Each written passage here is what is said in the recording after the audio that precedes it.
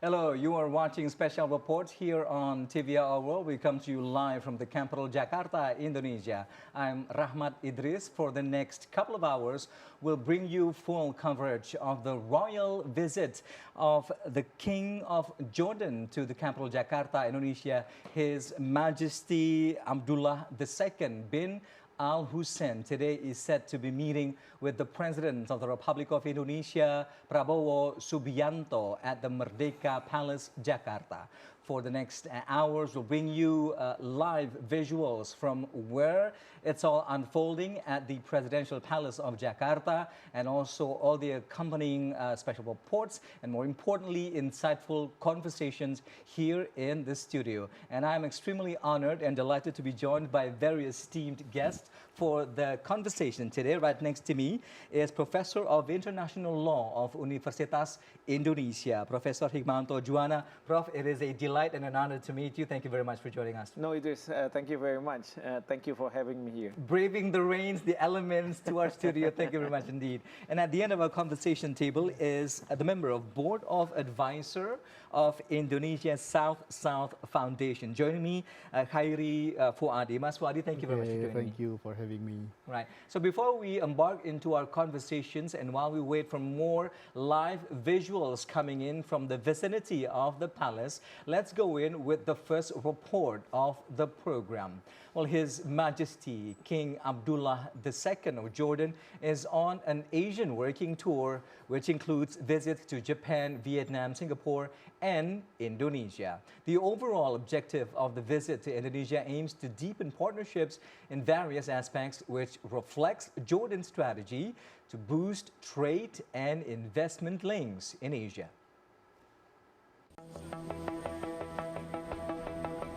King Abdullah II of Jordan is on an important diplomatic visit to Indonesia. This highly anticipated trip aims to deepen the long-standing friendship between the two nations, with a focus on expanding economic, cultural, and political ties. As one of the most respected monarchs in the Middle East, King Abdullah's visit carries significant weight. Indonesia, which is one of the world's largest Muslim-majority countries, shares many cultural and religious bonds with Jordan.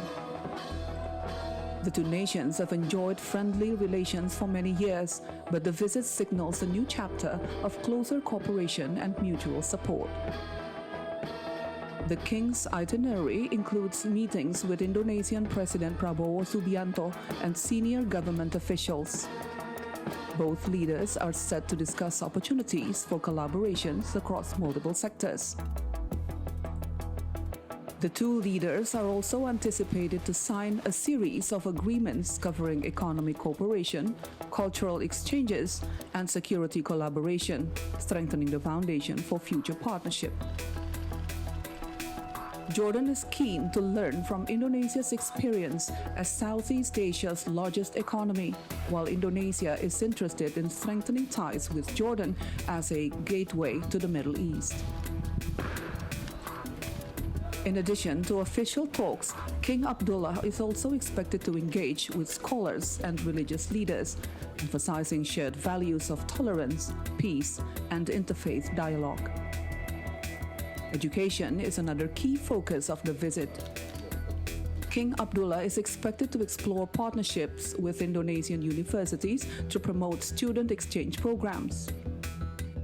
Both countries recognize that educational collaboration can build stronger people-to-people ties and foster long-term understanding. Media in both countries are closely following the visit, highlighting its importance as a bridge between the Middle East and Southeast Asia. Analysts believe the state visit has the potential to expand regional influence for both nations and foster stability in their respective regions. The visit will not only celebrate Indonesia-Jordan relations, but also lay the groundwork for new opportunities and cooperation which will benefit both peoples for years to come. The world watches with great interest as the two influential leaders meet to write the next chapter of their country's storied relationship.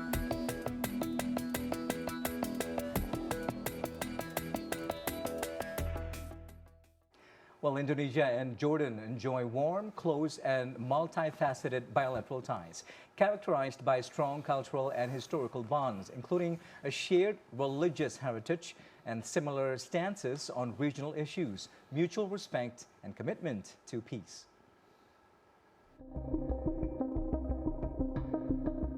Culturally, Indonesia and Jordan have cultivated a vibrant exchange that enriches both societies. As Muslim-majority countries, their collaboration emphasizes Islamic values, education, and cultural exchange. Scholarship programs allow Indonesian and Jordanian students to pursue studies in Islamic theology, Arabic language, and cultural sciences in each other's institutions, promoting mutual understanding and helping create future leaders knowledgeable about their complementary histories and traditions. Religious tourism plays a significant role in cultural ties. Many Indonesians visit Jordan not only to experience its rich historical sites such as Petra and Mount Nebo, but also for religious pilgrimage and to explore Islamic landmarks connected to the prophets and companions of Islam. Jordan values Indonesia's vast Muslim population as a natural partner in promoting intercultural dialogue and religious tolerance. The ongoing engagement reinforces people-to-people relations that transcend political and economic interests. In addition to education and tourism, cultural diplomacy is expressed through art exhibitions, music festivals, and collaborative events, which showcase traditional crafts, culinary arts, and literature. The exchanges highlight the diversity and richness of each nation's heritage and foster a spirit of friendship and learning. Politically, Indonesia and Jordan have consistently supported each other in regional and international platforms.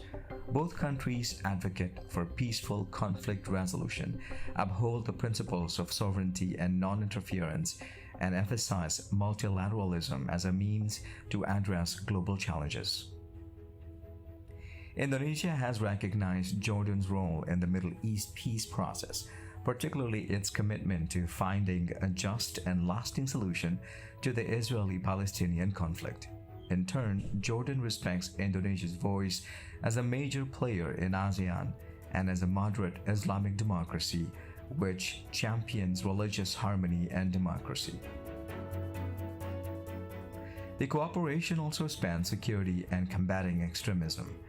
Both governments are committed to joint efforts against terrorism and radicalization, supporting initiatives which strengthen community resilience and promote inclusive national identities free from violence and radical ideology. The partnership supports global efforts to maintain peace and safeguard human rights. Moreover, Indonesia and Jordan coordinate their diplomatic efforts at the United Nations and other international forums, working together in areas such as humanitarian assistance, sustainable development, and climate change. Their political dialogue reinforces the values of tolerance, coexistence, and common prosperity. As they move forward, Indonesia and Jordan continue to deepen their ties, contributing meaningfully to regional stability, intercultural understanding, and global peace.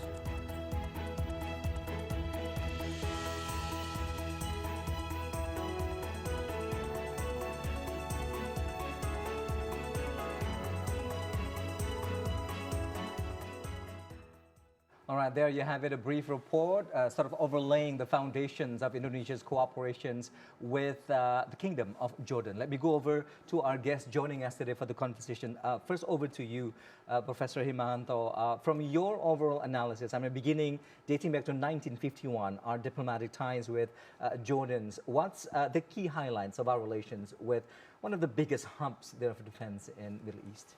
Well, first of all, we have to understand that Jordan and Indonesia is far apart. Geographically, yes. Distance, yeah. We are not a close neighbor with Jordan. However, the most important thing at the current stage is we have our president who's very close to the King of Jordan. They went to the same education in the US, military education, and they also probably interact while our president was in Jordan for several years there. And I think because of this, Jordan and Indonesia relations is becoming closer and closer. And we understand that our president have visited Jordan in April, and I think this is the repaying visit from the King Abdullah to Indonesia, and then he wants to know more about Indonesia. So I think this is something that we need to look into, and then hopefully out of the conversation that the two leaders have, either today or tomorrow, that you know, there's going to be something that come out. That's right. And also, what this is my perception. I hope that the two leaders also discuss about the issue of Gaza, because at the moment, I think the whole world paid very close attention on what is happening in Gaza, and I think the president of the U.S. Is going to establish this international stabilization force, which unfortunately I heard from the news that Israel make a prerequisite that says that you know, those countries who's going to participate or contribute to the ISF has to recognize Israel, which you know, Indonesia is not recognizing Israel. So, but a huge poster of Prabowo's face is somewhere in Tel Aviv. oh yeah, yeah. Well, that is something. Is that an acknowledgement in a way, you think, Professor? No. Of course, I think, it's not. It's been rebuked also by our ministry. Yes, yes, yes. That's correct. You know, our government does not have any control over who's going to display in Tel Aviv or in other parts. But I think those who are concerned, they wanted to end the war in Gaza. So they posted that billboard to say to probably to Israel government, just you know, make the deal, and then hopefully that we don't have to suffer, because you know, Israel is also suffering from what is happening in Gaza. So, of course, this is something that we've seen a lot of similarities between these two leaders, their stance and their actions in the past couple of months, if not years, towards the resolving of the war in Gaza. But let me go over to you before we head on to this very important and very relatable topic of Middle East. From your perspective, too, maybe the same to what I asked the professor earlier, Mas Fuadi, what's your overall analysis of our bilateral ties with Jordan, apart from the fact that our president, our current incumbent president, has such a long endured history and personal, professional, and now diplomatic relations with the kingdom? Yeah, first of all, I would like to say that this is very good news. This is like a blessing for Indonesia. So that the king is here. The king, So we can say ahlan wa sahlan, wa marhaban. Welcome to Indonesia. Welcome to Indonesia, King Abdullah Sani Al Hussein. So we hope you enjoy your visit here. Hada balad amin, balad karim, balad mubarak, and Jordan also balad amin, balad karim. And for Indonesia, Jordan is a very special country because our President Prabowo has a previous relationship with Jordan. For President Prabowo, Jordan is not only a country to visit, but also a hometown. Right. And Jordan also is one of the first countries who recognize the independence of Indonesia. Indonesia and back Jordan, in 1945, you're saying. Wow. Even before we established ties, Yeah, 1950. 1950, right. In 1951, we start the bilateral ties. Okay. And Jordan and Indonesia always in same frequency, in same framework in supporting Palestine. So I think this is a very good occasion to talk and to discuss what will we make in tomorrow. Right.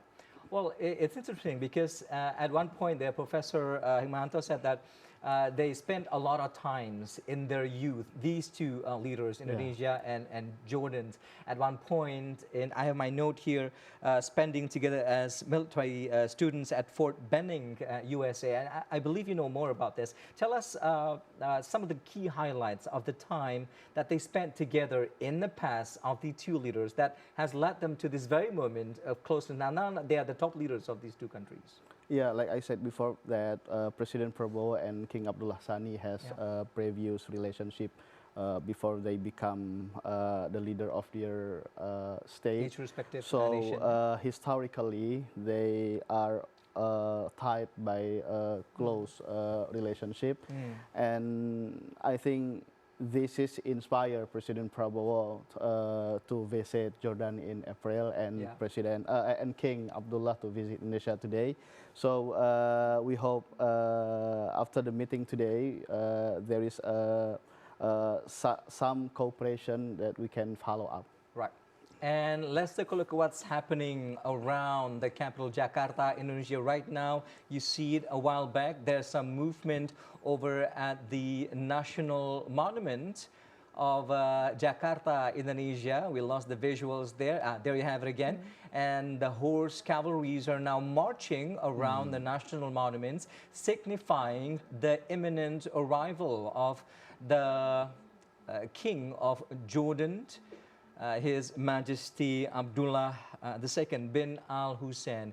And we have received word that as we speak right now, the motorcade of the King of Jordan is moving from the Halim Perdana Kusuma Air Base towards the presidential palace of Jakarta, Indonesia, Merdeka Palace. And we believe right now they are circling the national monuments, which means they are inching closer towards the palace. Now, Professor, what's interesting is that these two leaders, okay, you said that this is a return, a reciprocal visit from April that our president did in Amman, Jordan. But they've met a couple of times, even throughout the year, in Amman, Jordan, and also at the UNGA. This year in New York in September, they had a warm, brief encounter at the General Assembly. But throughout the stewardship of President Prabowo, then as the Minister of Defense, he also paid several visits to Jordan.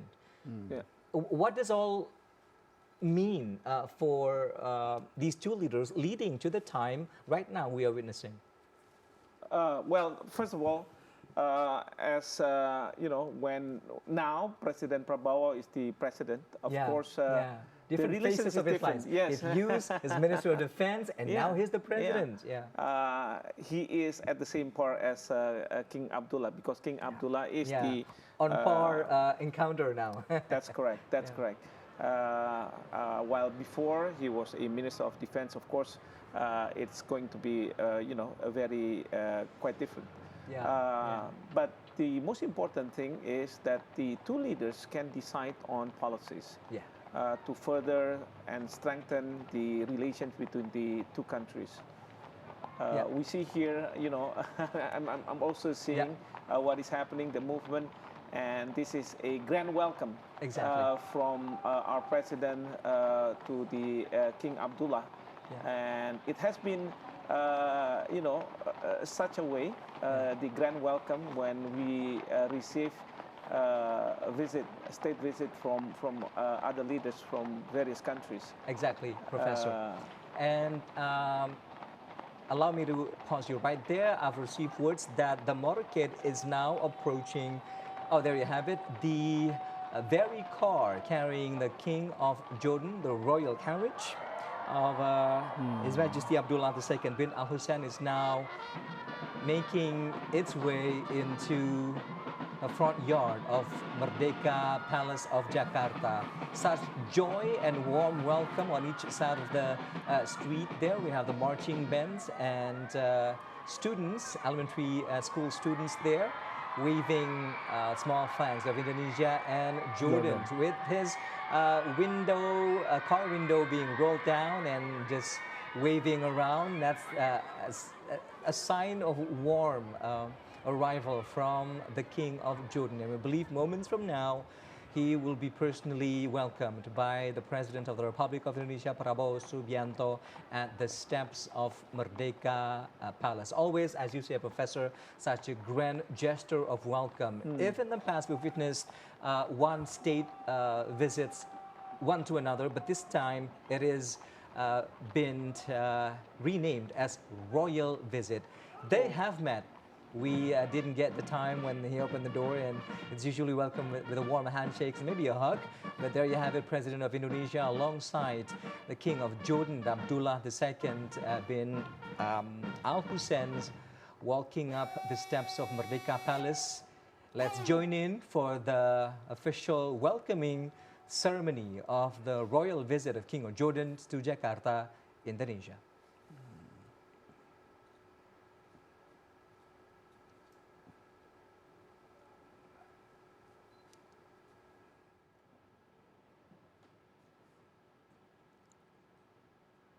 Hormat senjata!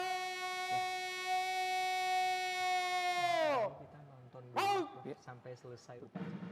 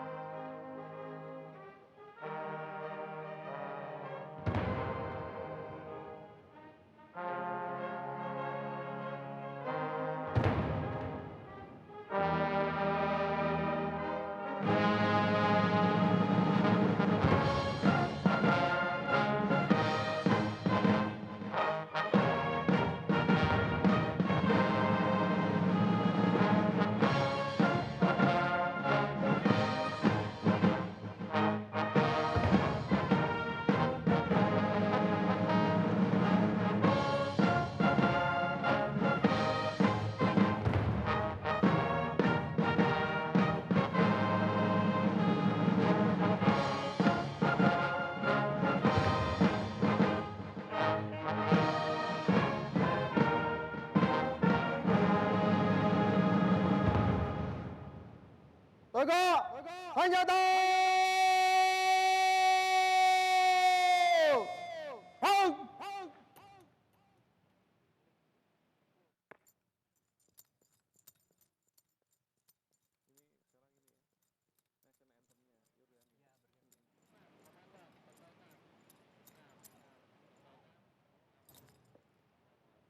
Lapor, upacara penyambutan siap dimulai. Selanjutnya pasukan siap diperiksa.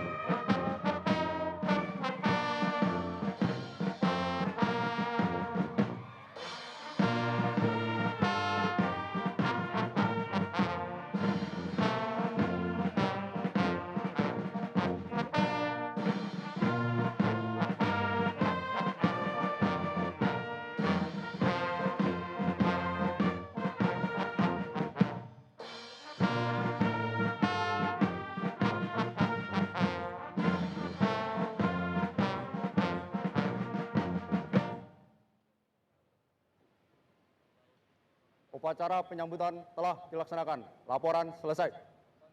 Kembali ke tempat.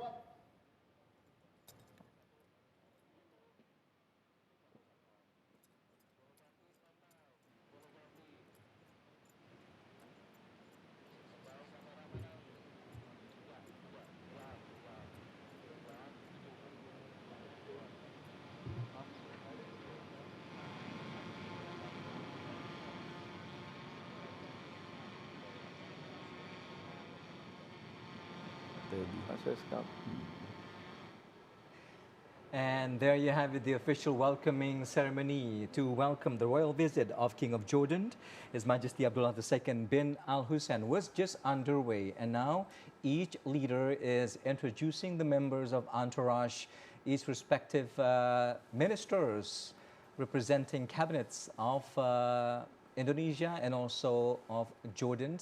It's currently being introduced to each leader. As per the tradition of the welcoming ceremony and state affairs, this is a quite regular part per se for these leaders to embark upon before signing in the guest book. Let me go over to you, Prof. Hikmanto. I mean, we obviously witness such warmth and closeness between these two leaders. But more importantly, now that they are both top leaders of Yes. the countries, this means something. As you said, they can start shifting policies towards something that we share, common goals. So walk us through some of the possible scenarios that the policies that they may be agreeing upon, Jordan and Indonesia, not only bilateral, but also making global impacts, especially in the Middle East. Yes.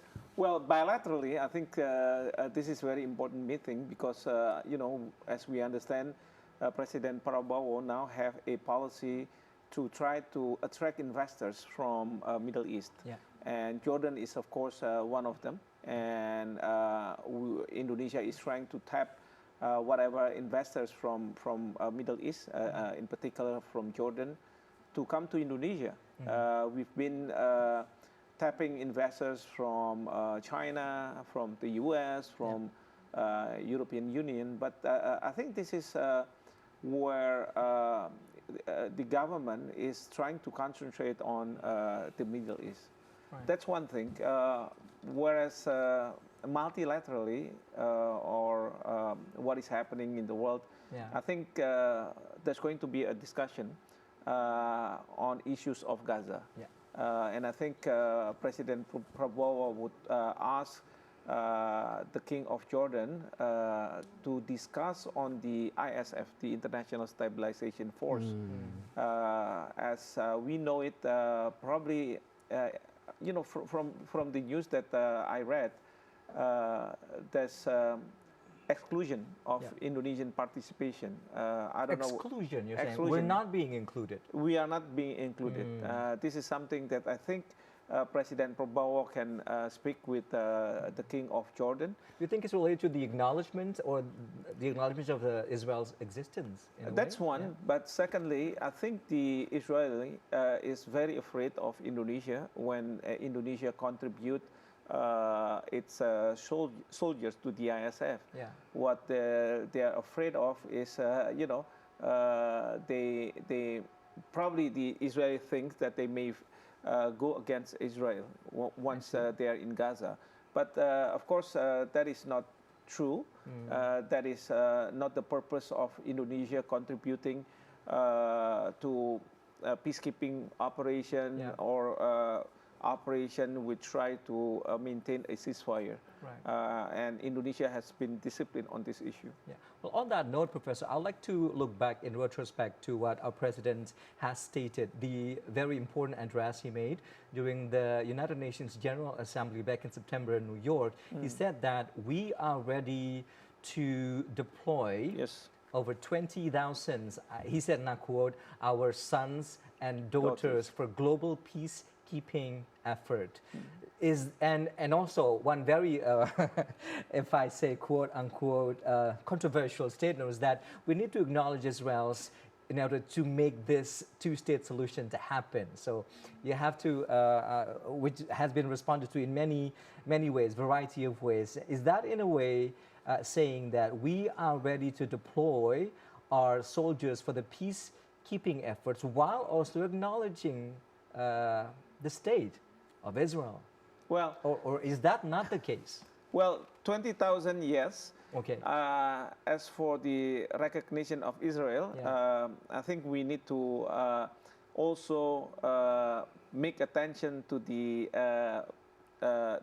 words that our president Yeah. stated, Yeah. which is we recognize Israel provided that Israel will recognize Palestine. Palestine. Exactly. Yeah. And Netanyahu was so happy about this. He said something about it in his address as well. I'd like to extend my appreciation to the president of Indonesia. Are we going somewhere with these two leaders' statements? It's a You bit know, the sad. consequences of two-state Two-state policy solution. Yeah. is, of course, that we will recognize Israel as I a see. state. Once Both Israel, states, yeah? yes, both states. Once Israel is recognizing Palestine as a state. Now, what is different from the previous leaders in Indonesia is they do not mention about, expressly that Indonesia will recognize Israel as a state. Right. But this is what's different from the previous leaders and President Prabowo, where he mentioned, and then he mentioned it first, that Indonesia will recognize Israel as a state. As long as Israel, As long as, yeah, that's right. Also, which Netanyahu will never ever do, he said in his, he said in his statement. Yeah. So we will never ever recognize Israel if that's what PM Netanyahu chose to do. But that's, we'll leave it to them for the developments. What's your take on this, Mas Wadi? Yeah, President Prabowo has a strong commitment to navigate the global politics. Exactly. So he has such a great passion to lead the global politics. So what he is doing today in Indonesia and visiting King Abdullah Sani is an effort from President Prabowo and King Abdullah Sani for navigating this the region. And like I said before, Indonesia and Jordan have same frequency in supporting the Palestine. Even the Jordanian, most of Jordanian are Palestinian, so they say "Nahnu Palestine." Yeah, we are Palestinian. Are they Palestinian refugees moving to Jordan, or are they originally of Palestinian descent who've been living and prospering Historically, in Jordan? Jordanian are they are Bilad Sham, Lebanon, Syria, comprising of Palestinian heritage. Yeah, Okay. They are Jordanian are we are Nahnu Palestine. They say Nahnu Palestine. So in this case, we are in same frequency, in same spirit to support Palestine. Right. We are going to take a quick break before we dissect more on Indonesia and Jordan's bilateral ties, and we'll be right back in just a few minutes right here on Special Reports. Do stay with us until then.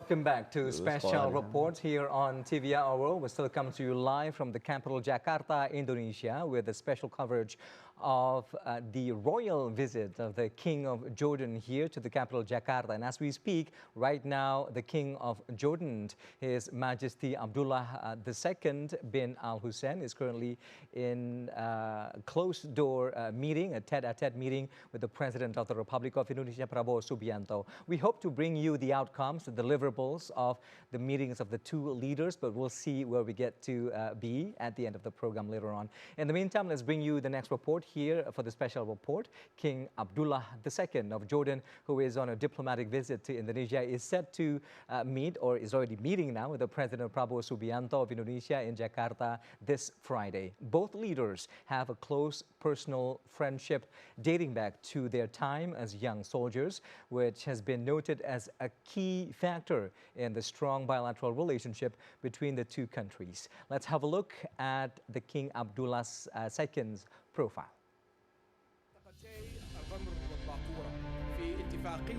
King Abdullah II bin Al Hussein, the reigning monarch of the Hashemite Kingdom of Jordan since 1999, stands as a defining figure in modern Middle Eastern leadership. Over more than 2 decades on the throne, the king has been instrumental in steering Jordan through tumultuous regional challenges, while advancing a vision of stability, modernization, and peace. Educated in elite military academies in the United Kingdom and the United States, King Abdullah's early career focused on strengthening Jordan's armed forces. His military background has shaped his leadership style, disciplined, strategic, and firmly committed to national security.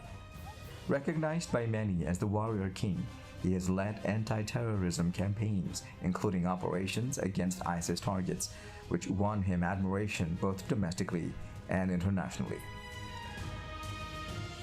Beyond security, King Abdullah has prioritized transformative economic and digital reforms. Under his guidance, Jordan has climbed notably in the global digital competitiveness rankings. The progress reflects his commitment to positioning Jordan as a regional innovation hub, driven by youth empowerment, digital education, and infrastructure development. The efforts align with the kingdom's economic modernization vision, fostering sustainable growth and resilience in a challenging geopolitical landscape. Politically, King Abdullah champions peace and moderation. He has been a steady advocate of the Arab-Israeli peace process, promoting dialogue and a two-state solution despite recurring regional tensions. His role as custodian of Islamic and Christian holy sites in Jerusalem underscores his position as a guardian of interfaith harmony.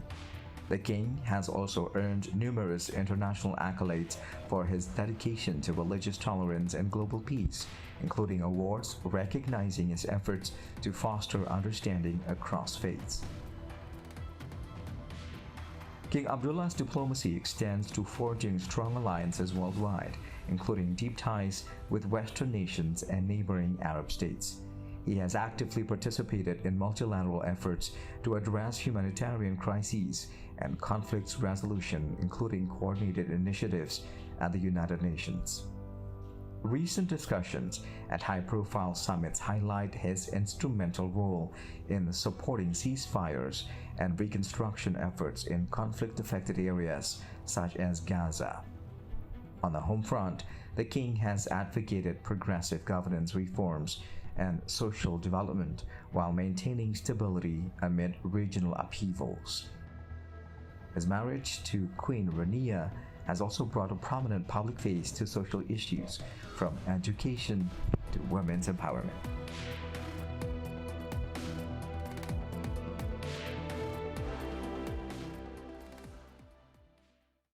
Well, Jordan, whose official name is the Hashemite Kingdom of Jordan, is located in the Middle East. It is a small country with few natural resources, but it has shown remarkable resilience in maintaining stability and growth in the face of regional and global crises.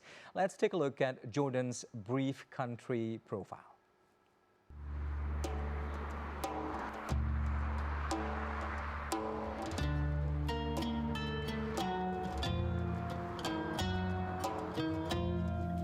After the Arab revolt against the Ottomans in 1916, during World War I, Jordan became an independent kingdom in 1946. It is among the most politically liberal countries in the Arab world. Amman is Jordan's capital and largest city. With a total area of approximately 89,342 square kilometers, Jordan is bounded to north by Syria, to the east by Iraq, to the southeast and south by Saudi Arabia, and the west by Israel and the West Bank. Jordan is a lower middle income country despite the complexities and challenges posed by regional and global instability.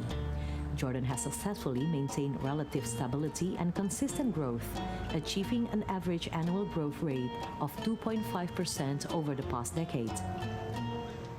Trade and finance combined account for nearly one-third of Jordan's gross domestic product, or GDP.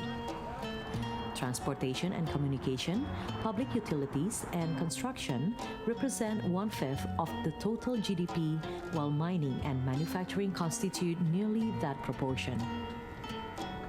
Jordan's main exports include clothing, pharmaceutical products, phosphate, potash, and fertilizers. Its economy also relies on foreign assistance, loans, and remittance. Meanwhile, the main imports are machinery and apparatus, crude petroleum, and food products.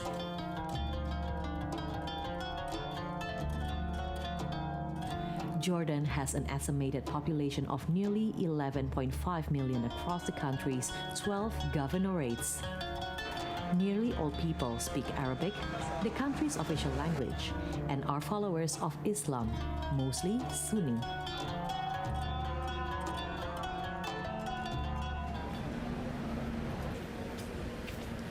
Apart from Jordanian nationals, Jordan also hosts a large number of refugees, notably Palestinians, Syrians, and Iraqis. Based on data from UNESCO as of 2022, Jordan hosts over 3.7 million refugees, including over 660,000 registered Syrians. In addition to Syrians, Jordan hosts over 2.3 million registered Palestinian refugees. Jordan also plays an important mediating role in Middle Eastern diplomacy, particularly in the Israeli-Palestinian peace process. Jordan is a constitutional monarchy. The Hashemite monarch, King Abdullah II ibn al-Hussein, is the head of state and commander-in-chief of the armed forces. He appoints governments, approves legislation, and can dissolve parliament. The king exercises executive authority through the prime minister. The prime minister is appointed by the king and advises on the appointment of other ministers. The Jordanian government vigorously promotes tourism. Visitors come mainly from the west to see the old biblical cities of the Jordan Valley and such wonders as the ancient city of Petra, designated a World Heritage Site in 1985. Visitors are also fond of the Dead Sea, the lowest natural point on Earth's surface.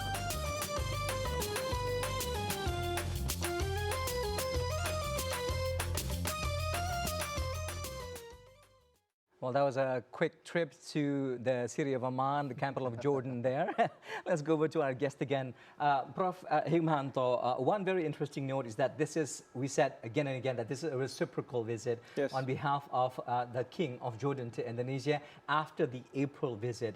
And it's been released by the Ministry of Foreign Affairs of Indonesia that the April visit of our president touched on very specific key issues. We took note of defense, education, agriculture, as well as religious affairs that have been talked about on the table of discussions and the encounters over in Amman April meeting, as well as addressing stability in Middle East. Do you think some of these pertinent issues are carried over to today's tete-a-tete meeting with President Prabowo Subianto, which is said to be delivering some key MOUs? Yes, I believe so. I believe so, that the issues that has been discussed in Jordan will be discussed in the meeting. Yeah, a continuation of some sort. Continuation. Probably they're going to try to make a follow-up.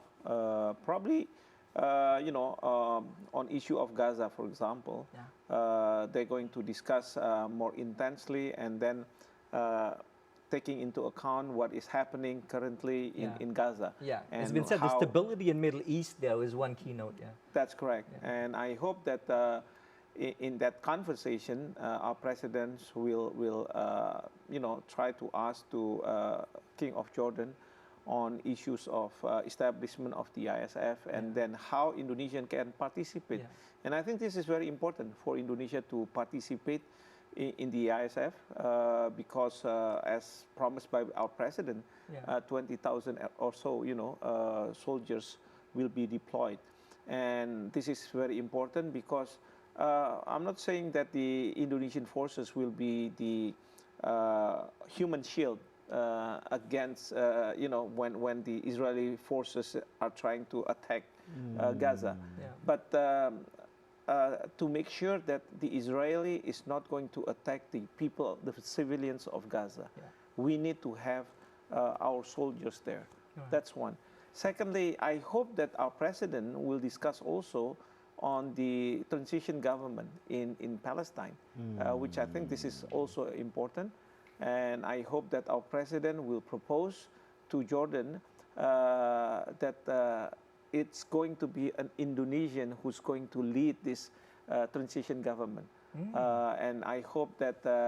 we have our hospital there in Gaza already. Yes, we have hospitals. Our existence is quite prominent as well. And in the reconstruction process of Gaza, as pointed out in the 20-point of proposal by President Trump, there's going to be reconstruction in Gaza. And I hope that our state-owned enterprise can have projects there. So and operate in some way in the rebuilding process. But the key question here on that note is, Professor, how does Jordan, or more importantly, the King of Jordans, has his own ways in order to induct Indonesia into the ISF or be a part of this peacekeeping effort in Gaza? What sort of efforts that the king and the country of Jordan, the Kingdom of Jordans, can sort of have his way, be it through conversations with Israel, which we talked about earlier off air, that they have such level of closeness as well, to sort of acknowledge Indonesia and request Indonesia's presence in the efforts? Well, as you may remember, when President Trump hosted a discussion on Gaza after the speech in the UN. Is that the signing, after the signing in that is before Egypt the signing. Or after? Or before the signing in before Egypt? The signing. I see. Before the signing, and then Indonesia was part of the conversation that President Trump invited. I remember that table where they are circling. And also the King of Jordan. And then the signing of agreement, our president was invited, and also King Abdullah is there. So if I look around the table, there are those who are invited, from the Middle East countries, those who have majority population, Islam population, and some European countries such as France and UK. Powerful voices there. Powerful voices. So if our presidents can lobby the King of Jordan to make sure that we have a vote from him, and also votes from other countries for Indonesia's participation either at the ISF or at the reconstruction process in Gaza, that would be appreciated.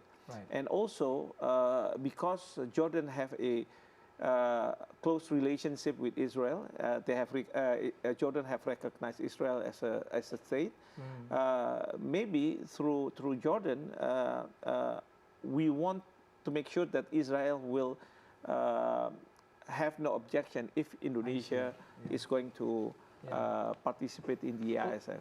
Jordan is that influential in our opinion to make that thing happen, right, Professor? Well, Mas Fadi, let me go over to you, Mas. I mean, in your organizations, the Indonesian South-South Foundations, of course, you guys have been paying close attention to some of the biggest concerns that countries, nations across South-South now they call it Global South since the India time, has been working on to resolve. In this particular instance, we look at the bilateral ties between Indonesia and Jordan. What do you think are some of the key issues that the nations in the Global South are facing and being brought to the table this bilateral meeting? Having reflected on the topics that have been discussed as well in Amman, Jordan back in April. Geographically, the location is Jordan is very strategic because we say Jordan is in the buffer zone. So this is the safe zone for many countries who are in conflict to discuss. I see. Israel, so Palestine, Lebanon, and Syria, Lebanon and Syria, whatnot, and the other countries. And in the other hand, Indonesia as one of the leader of South country. And correct me if I'm wrong, one of the only countries in that region that has not been bombed yet by Israel, is it? Or has it been? I don't know, so maybe not, yeah? Those surroundings of it have been those who are bombarded. signing the normalizing relations with Israel, they are safe. Okay. Indonesia as one of country leading the South countries, need to follow up the previous meeting in April in Jordan. There are some cooperations Indonesia and Jordan signing in education, in defense, in agriculture, and including Islamic, religious things there. So maybe some religious exchange activities, maybe. In education, now there are more than 800 Indonesian students studying in Jordan. I see. So if there is initiative to help Indonesian people to study in Jordan or Jordanian study in Indonesia, I think this is a very good step. Right. So in agriculture, we have so many domestic products to export to Jordan. There is palm oil, rice, copra. Us becoming the biggest palm oil producers in the world. So that's the biggest one. Yeah, the biggest. Spices. And then coffee, Arabica and Robusta, Indonesian tea, Jordan needs that. And Jordan also import to Indonesia their fertilizer. So if this cooperation we can make become longer, it will make such sovereignty for us in agriculture. Right, and that's also one key thing that our president has been saying over and over again, the biggest goal towards food security and food sovereignty, energy security as well.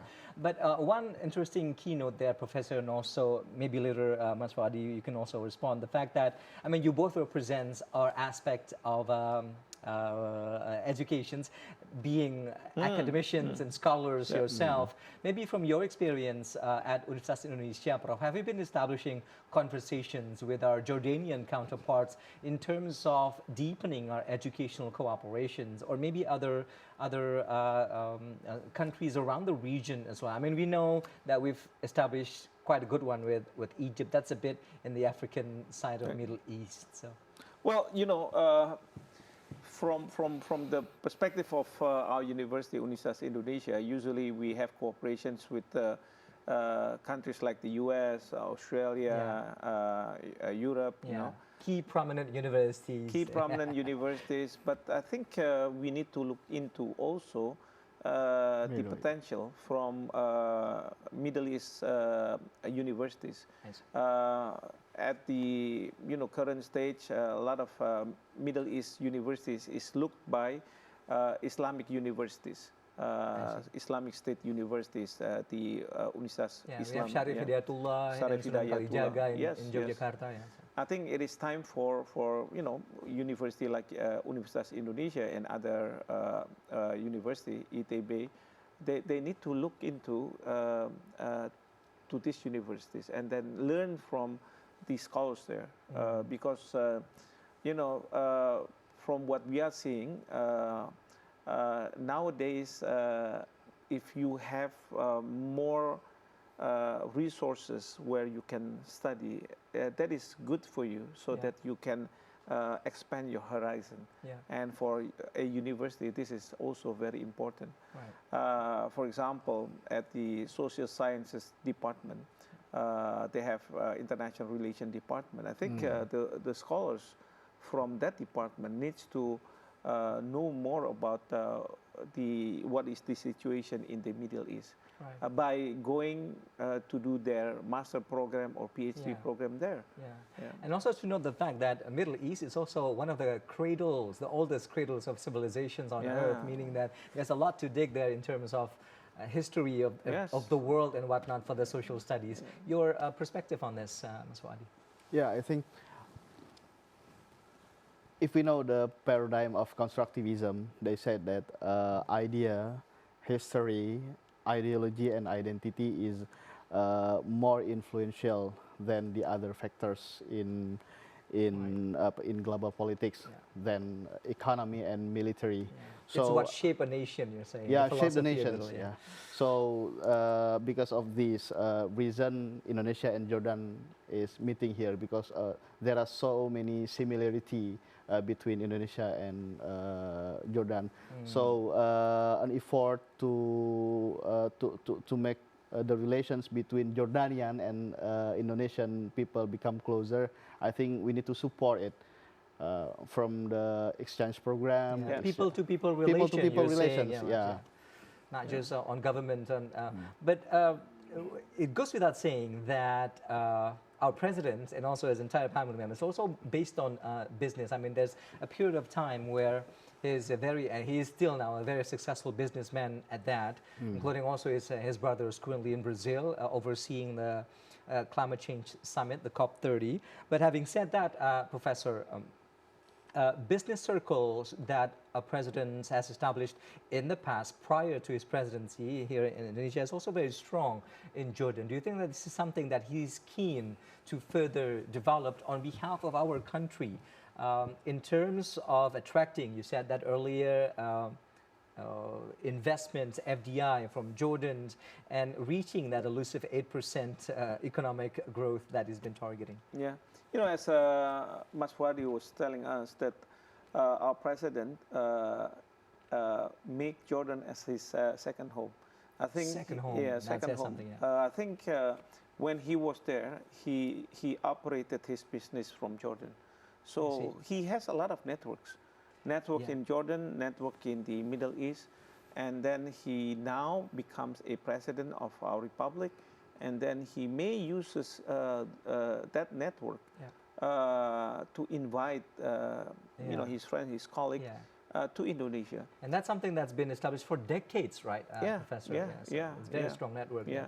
And now, of course, when we said that we want to attract investors from the Middle East, it is not only you know, without knowing who are the business circle that we want to invite, but we have faces. Yeah. We have faces, meaning that, you know, our president knows some people there. These individuals, these business people who are influential and can make a change. Yeah. And this is something that I think our president would want to encourage our people, our scholars, our students to study in Jordan, so that they will establish network.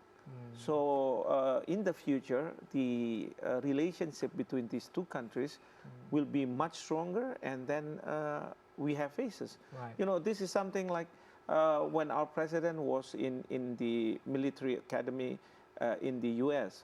Fort Benning, yeah. Yes.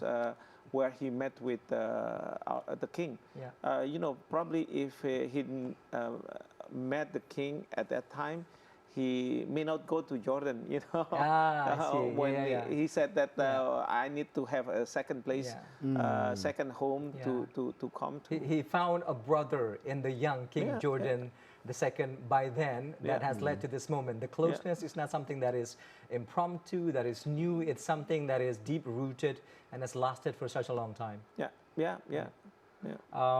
And on that note too, Prof, I'd like to get your thoughts on the fact that in what way is Indonesia interesting for Jordan to put their money in?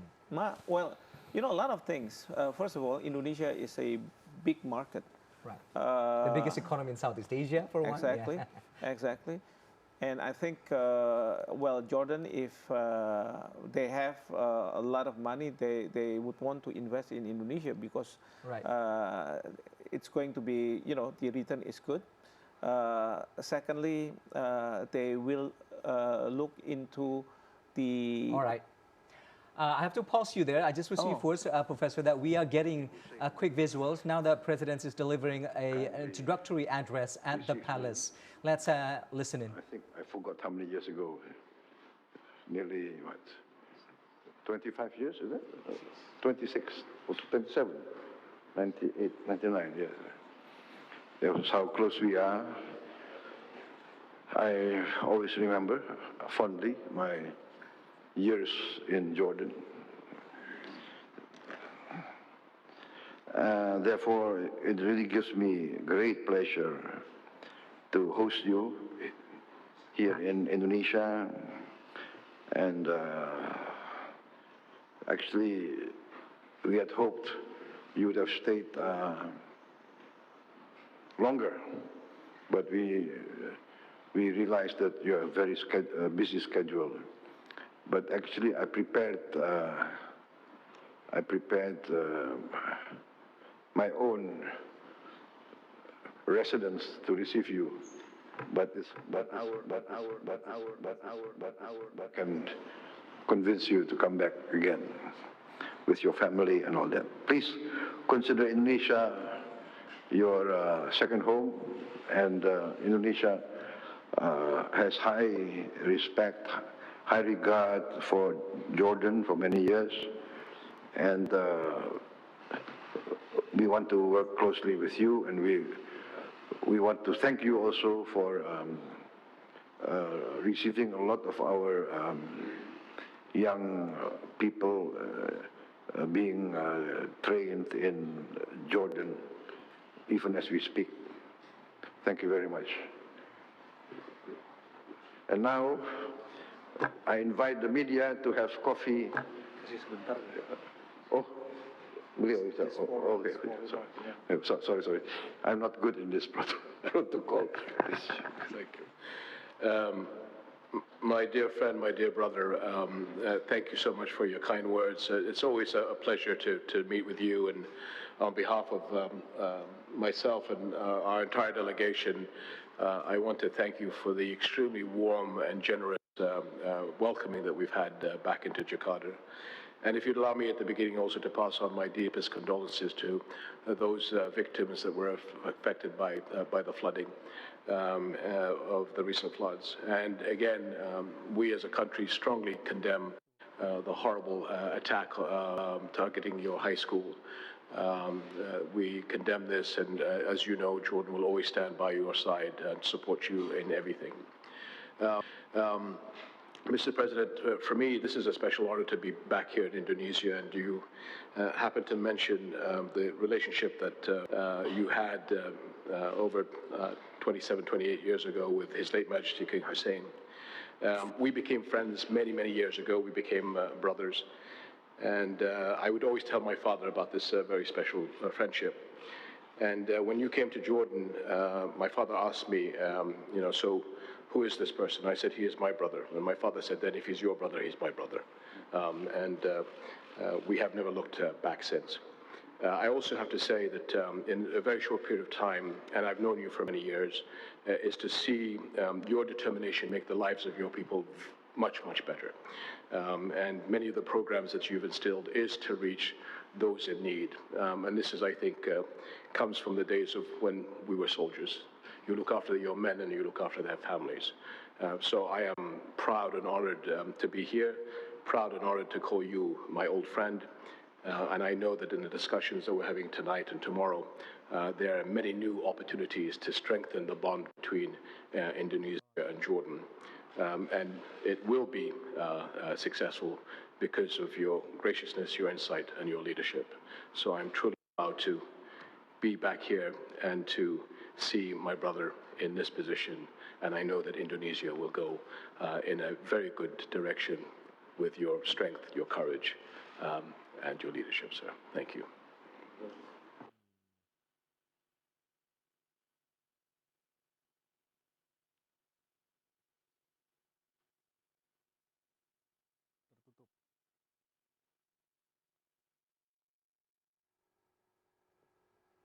Well, there you have it, the initial exchanges between the President of the Republic of Indonesia, Prabowo Subianto, and the King of Jordan, Abdullah II bin Al Hussein, before the start of the tete-a-tete meeting, which is happening behind closed doors. And now I believe at this point in time, they are requesting members of the journalists to step out of the meeting room. And we look forward to the results, the outcomes of the meeting when we can have it at the end of the program. Let me go over to, apologies for that, let me go over to you, Professor, and also Mas Fuadi later on. I guess what we've witnessed a few seconds ago is a true reaffirmation of what the Highlands has been saying. Yeah. It's the meeting of old brothers, Yes. old friends here in the capital, Jakarta. So give us your key highlights of what just happened there at the initial meeting room. Well, first of all, nice words from both leaders, welcoming the both leaders to be in Jakarta. From President Prabowo, he mentioned that he is a close friend of King Abdullah, and also from King Abdullah saying that they were brothers. Not only friends, but brothers. Even he mentioned that, when King Abdullah's father asked him who he is, he said, he is my brother. He's my brother. And then the father said, yeah, well, if he is your brother, he is also my brother. So that is the closeness of the two, and they are discussing about, back in their military training in the U.S., where both have a vision on what they should do with their respective country. And now they're in a position as the number one person in their own countries, respective countries, and they think that, they trust the other that they will succeed, in bringing the country, the people to a much better life, more better country. So I think this is a good thing before they start their tete-a-tete meeting. And Mas Wadi, what did you make of that initial exchanges, the introductory remarks of each leader?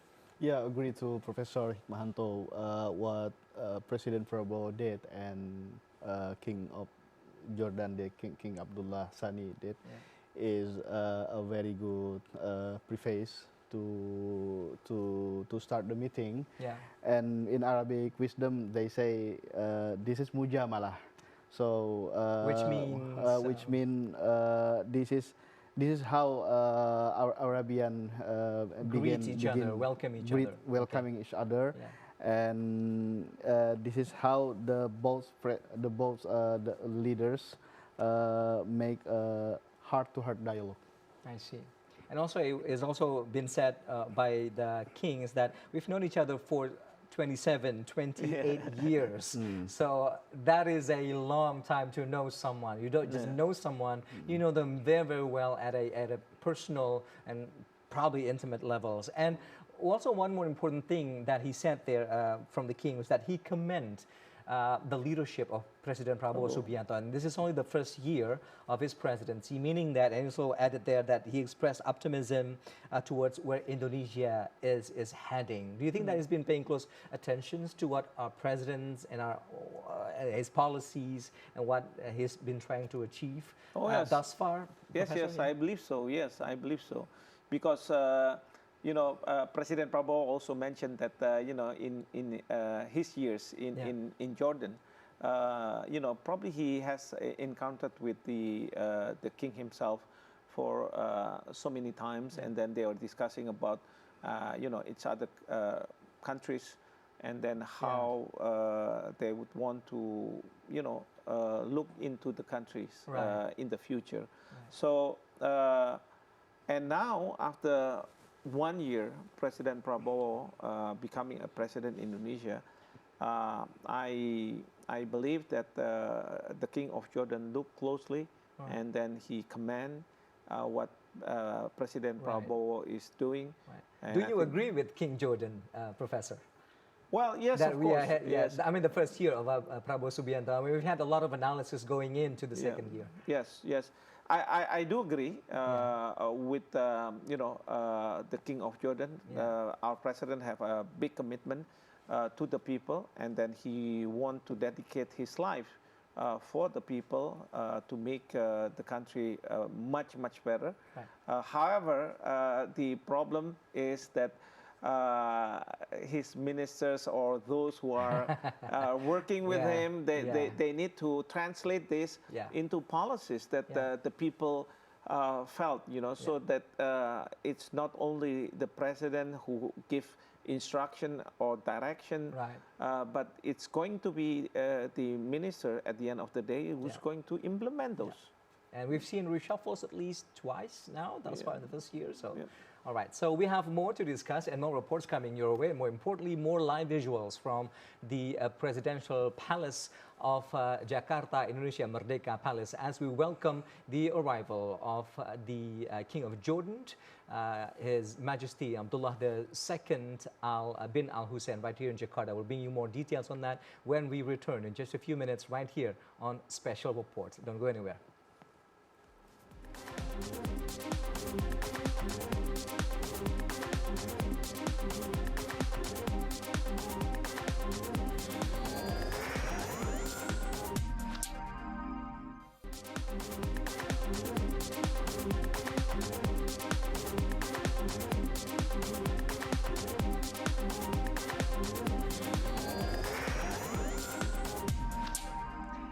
Welcome back to Special Report here on TVRI World. We are coming to you live from the capital, Jakarta, Indonesia. I'm Rahmat Idris.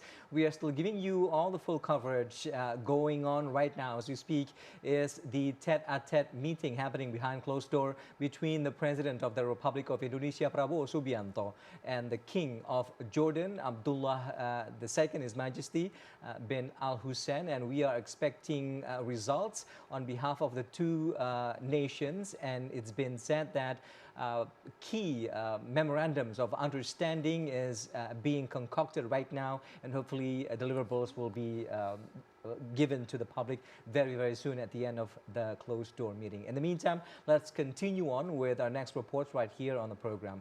Indonesian ambassador to Jordan, Ade Patmo Sarwono, expressed strong support for Muhammadiyah's humanitarian mission for Palestine during the Muhammadiyah delegation's visit to the Indonesian embassy in Amman, Jordan, last September.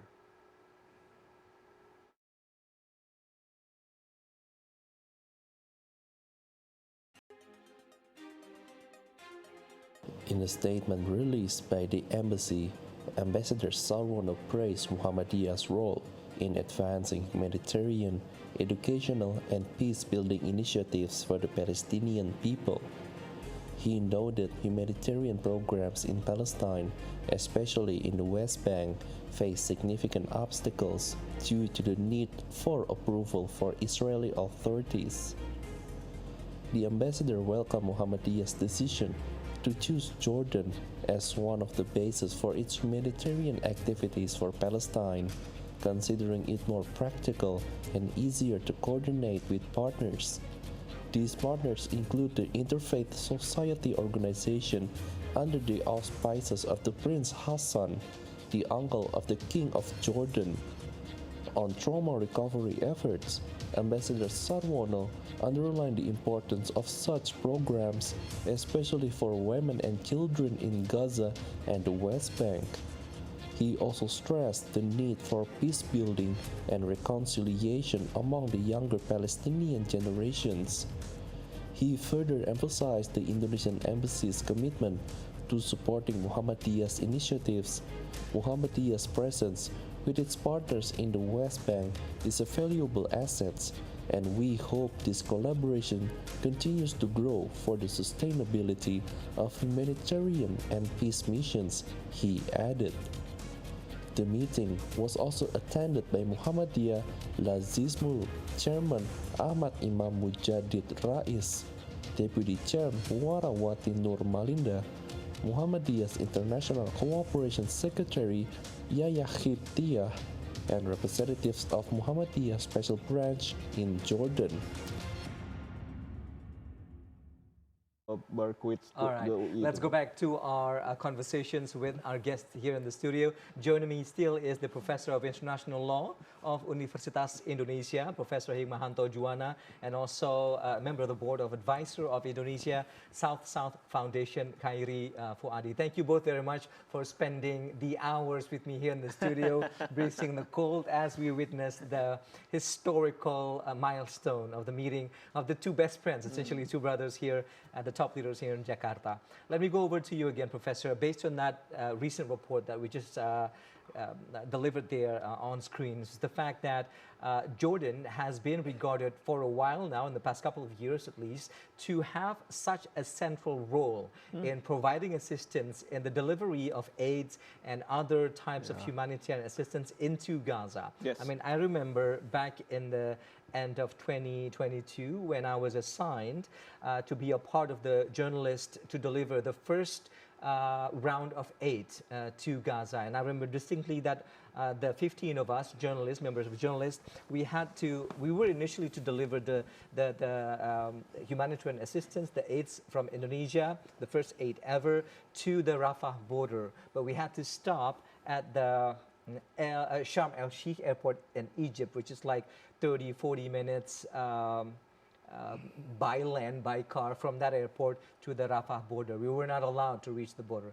And at this point in time, we still see that difficulty prevailing at the border, and for all of these thousands of aid trucks to come into Gaza. And now that the two leaders, and with Jordan having a central role in delivering this type of humanitarian aids, it is also aligned with President Prabowo Subianto's stance and perspective to deliver and to persist the delivery of these aids.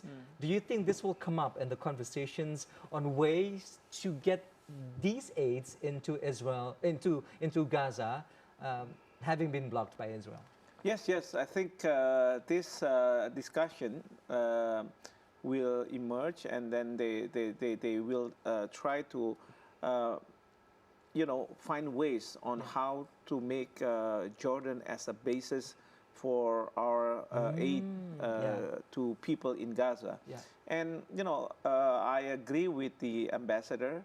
Our ambassador Ade Patmo, when he said that let's make Jordan as a basis for us to help those in Gaza. Yeah. And Jordan has been the gateway all these times for any other kind of affairs that we're having with that region. Yes.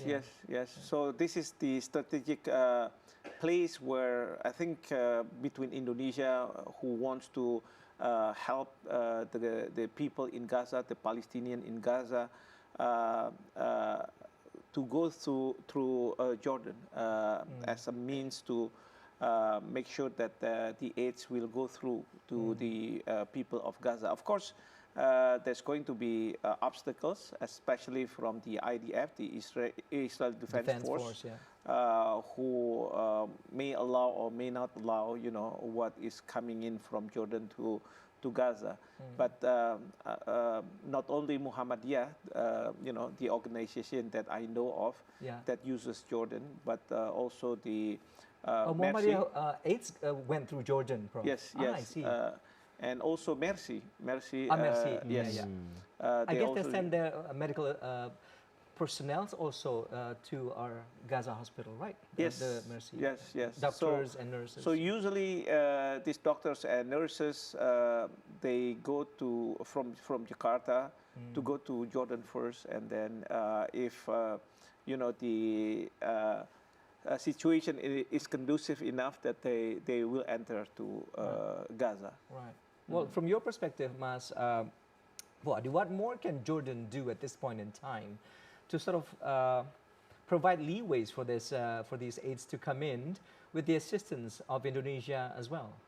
Yeah, like I said before, that Jordan is a safe zone or buffer zone to every countries in conflict in Gaza to discuss. I see. And at the other hand, Gaza also become the place to, how do you say, to support their humanitarian aid.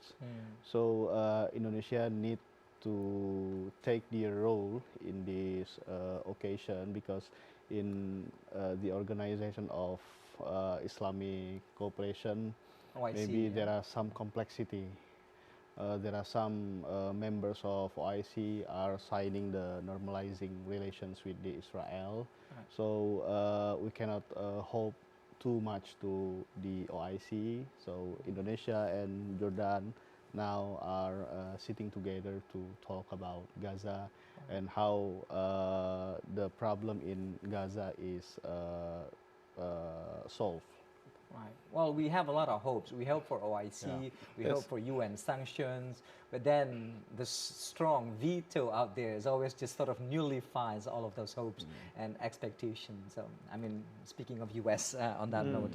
And also another interesting key points from this meeting that is currently happening, Professor, the fact that our president, President Prabowo Subianto, is highly keen, highly interested in the so-called I have it on my note, cooperations for military personnel. Yeah, military personnel. And he also mentioned that at this opening address that he truly appreciates the fact that Jordan is now helping out, or rather welcoming the training of young military personnel, but they're in the country. And this is also that our president has been showing over the past of 1 year, over the course of 1 year of his presidency. He's been attending military parades in India in January, the Royal Military Parades, also in Singapore, the National Day of Singapore, and more importantly, the viral photo of President Prabowo Subianto over in Beijing, China, standing next to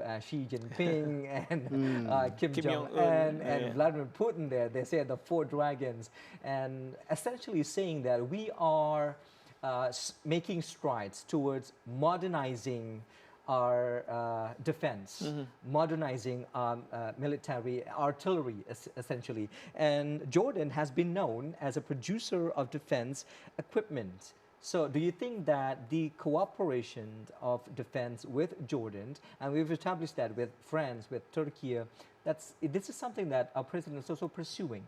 Yeah, well, before answering that question, Please, I would like to stress that under President Prabowo, especially when he was still a Ministry of Defense, he encouraged our military academy students to do exchange programs within with various countries, to the US, as far as I know, and to other countries. And now he wanted to say that, look, we can have cooperation also with Jordanian military academies, so that we will have exchange students not at the university level but at the military academy level. And I think this is good. This is good so that we can learn from Jordan's military, and also we are hoping that some military students will come to Indonesia and do the exchange, not only at the level of military academy, but also at the level of the command and officers. So not just students, but also our military officers, you're saying? Military officers. High-ranking officers, maybe. High-ranking officers, because in Indonesia we have this SESCO Art, for example. This is for the officers of the military who wants to do upgrade their education. So this is very important. Secondly, answering to your questions, yes, Jordan have its military industry, and we do also have our military industry. It is being developed by, for example, Pindad, and also PAL, LAN, what else? Dirgantara Nusantara. That we can offer for this cooperation, right? And then how we can work, especially if we, buy or purchase equipment from the U.S. But, purchasing from the U.S.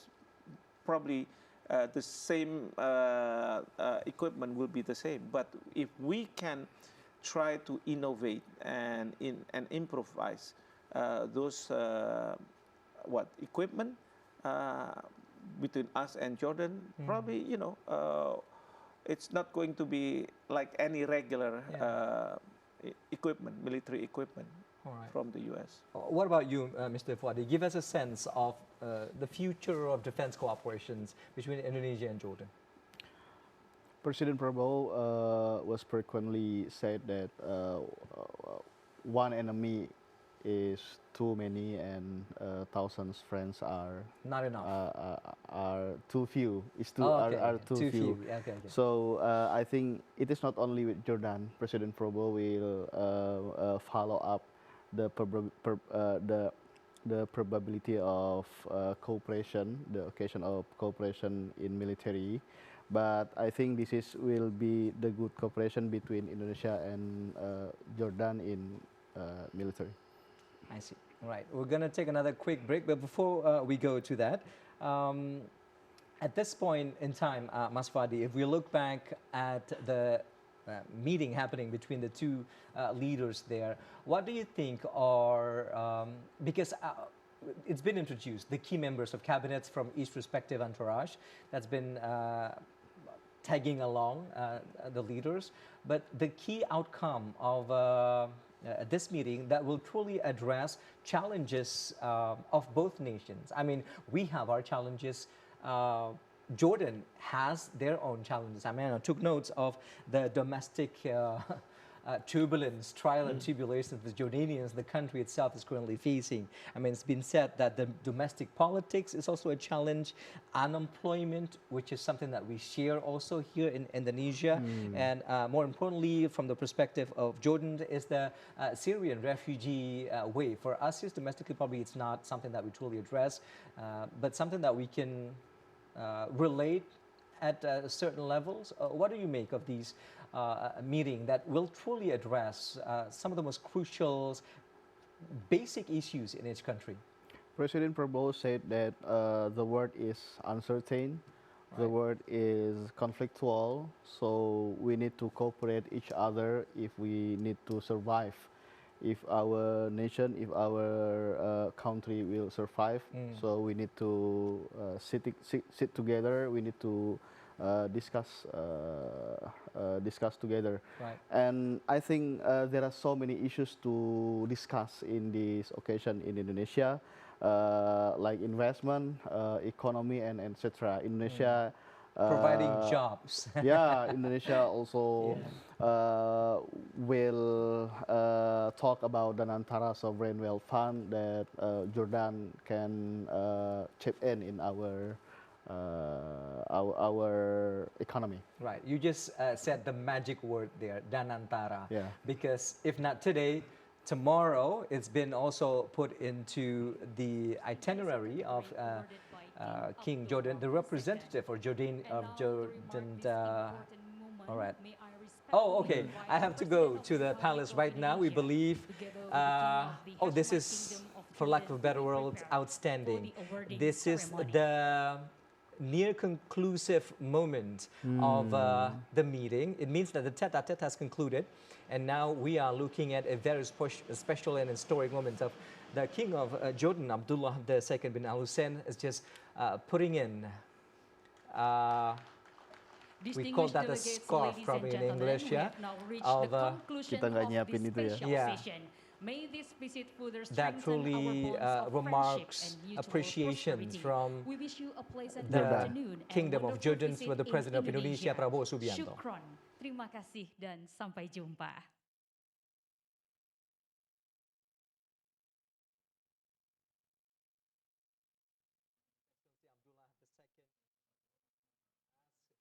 Concluded, and it is nighttime here in the capital, Jakarta. And as you said, Professor, this is the time for us Muslims. It's Maghrib.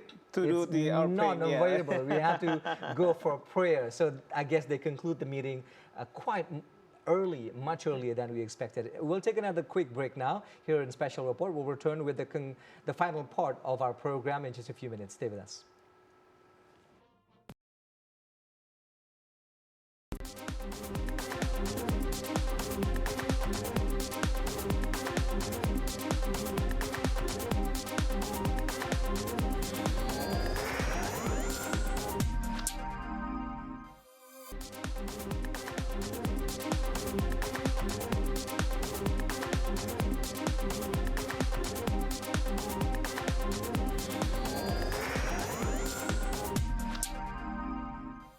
Well, thank you very much for staying with us on today's edition of Special Report here on TVR World, shining a light on the royal visit of the King of Jordan, His Majesty Abdullah II bin Al Hussein here in the capital, Jakarta. You are looking at behind me right there is the live visuals from where all the action is happening right now, and that is the Merdeka Presidential Palace here in Jakarta, Indonesia. It is currently 20 past 6 p.m. and you are looking at visuals of the final moments that the King of Jordan, His Majesty Abdullah II bin Al Hussein, is spending with the President of Indonesia, President Prabowo Subianto, who is now, I think this is reciprocal, a symbolization of what happened in April 2025, Professor, Yes. where the King of Jordan drove the car that picked up President Prabowo himself at the airport of Amman, Jordan, and now he's doing the same service, driving the Buggy. I don't know what you call it here, the buggy car of the palace, maybe while making the introduction of the palace to the I King suppose of Jordan. that the King of Jordan is not spending his night In at the Jakarta. hotel. At the hotel. But at the Right. palace. Right. I guess maybe because it was also said by President Prabowo Subianto at the introductory remark that I have prepared for you our president's residence here for you to stay. But I didn't get to the part, maybe he changed his mind and decided to stay anyway, or at least inspect on the place that has been put together by the palace. What do you make of this visual, Mas Fuadi? Looking at it, what happens right now at the palace? What's I going think through your mind? This is a very warm Right. visual and Brotherly moments brotherly here in moment. Jakarta. Because I Hospital. think they've done this a lot, but in other places, in the US, and many times in Jordan, but now at the President's Palace here in Jakarta.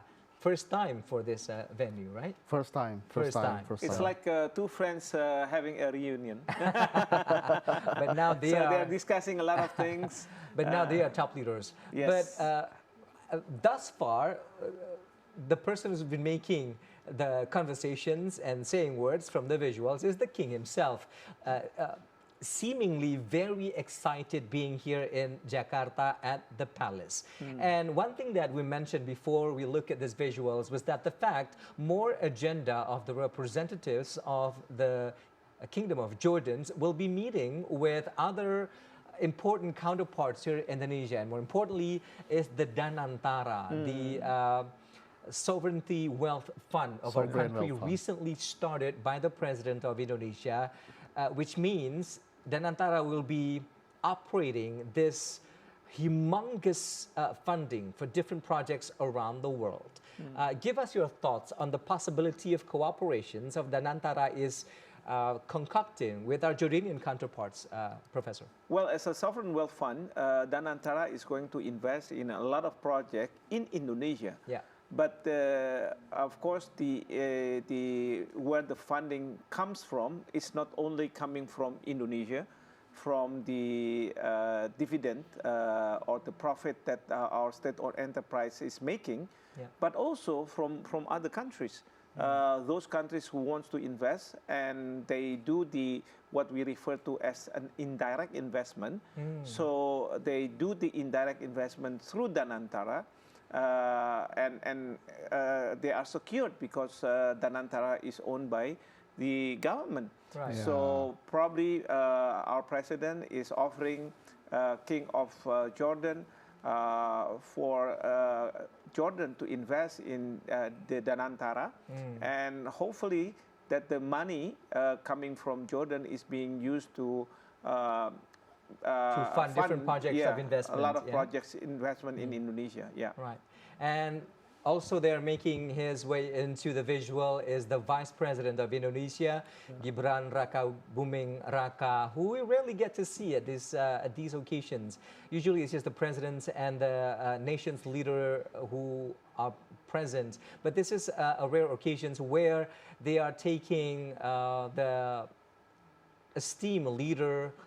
Oh, that's the ambassador of Palestine. Ambassador of Palestine. Oh, ambassador to Indonesia. He's right there. Yeah, I think this is those are the ambassadors from the Middle East countries. Right. So invited ambassadors of friendly countries, and comprising also the majority of Middle Eastern leaders, meaning that this is just a night. This is not just a night of a bilateral meeting between the two leaders, but also congregations of very esteemed invitees of friendly countries as well.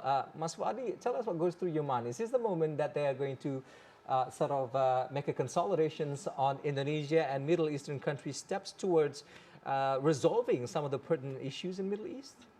Yeah, I think this is an effort from Indonesia to invite the ambassadors from the other countries except Indonesia and Jordan, and this is a very good occasion to talk about how to make the world become more humanist and how to stop the war, how to make the peace, how to make the world become more certain. Right. I mean, these ambassadors, I'm assuming that the president is going to host a dinner for the King of Jordan, a banquet of some sorts to welcome them. And he invited dignitaries from ambassadors from various Middle East countries, and also high officials from Indonesia. I see some ministers from his cabinet. Right, and also on a personal touch there, President of the Republic of Indonesia is accompanied right next to him by his only and beloved son, Mas Didit, walking behind him earlier, shaking hands with the ambassadors, and then right after that is the Vice President of the Republic of Indonesia. And our high-ranking military officers are present as well. I guess they are heading towards a special banquet. We can see the banquet, yes. The special banquet tonight hosted by the President of the Republic of Indonesia. And it is amazing that we get to have these visuals, meaning that this is a warm moment that the President of Indonesia is very keen to share with the world. And through what we are looking at here on the screens of TV World, this is something that we are witnessing, a rare moment where President's hosting a banquet for top leaders alongside dignitaries, as you mentioned, and invited esteemed guests as well for the night. All right. These is, again, you are watching live visuals from Merdeka Presidential Palace, Jakarta, where our President Prabowo Subianto is hosting a banquet dinner to welcome the King of Jordan, Abdullah II bin Al Hussein. And we are also approaching the final minutes of our program here. We didn't get to see what's going to be on the menu today for the banquet, but just your last thoughts before we close the program tonight. First, over to you, Mas Fuadi. From this moment in time that we are witnessing, this is history of its own. What do we expect from this moment on in terms of picturing a bright future for Indonesia and Jordan? President Prabowo personally has a strong commitment in the global politics. He has a big passion in navigating the international relations. So with this occasion, the meeting with the King of Jordan, Al-Hajj Abdullah Sani, I think this will be a very good occasion to cooperate each other, to talk about the world, talk about how to stop the war, how to make the peace, how to make the world become better than before. And then between Indonesia and Jordan can make many cooperations in education, in defense, in Islamic, in religious affairs and also in economy. Right. So the meeting tomorrow would be the opportunity for Indonesia to talk with deeper. Right. And lastly, from you, Professor.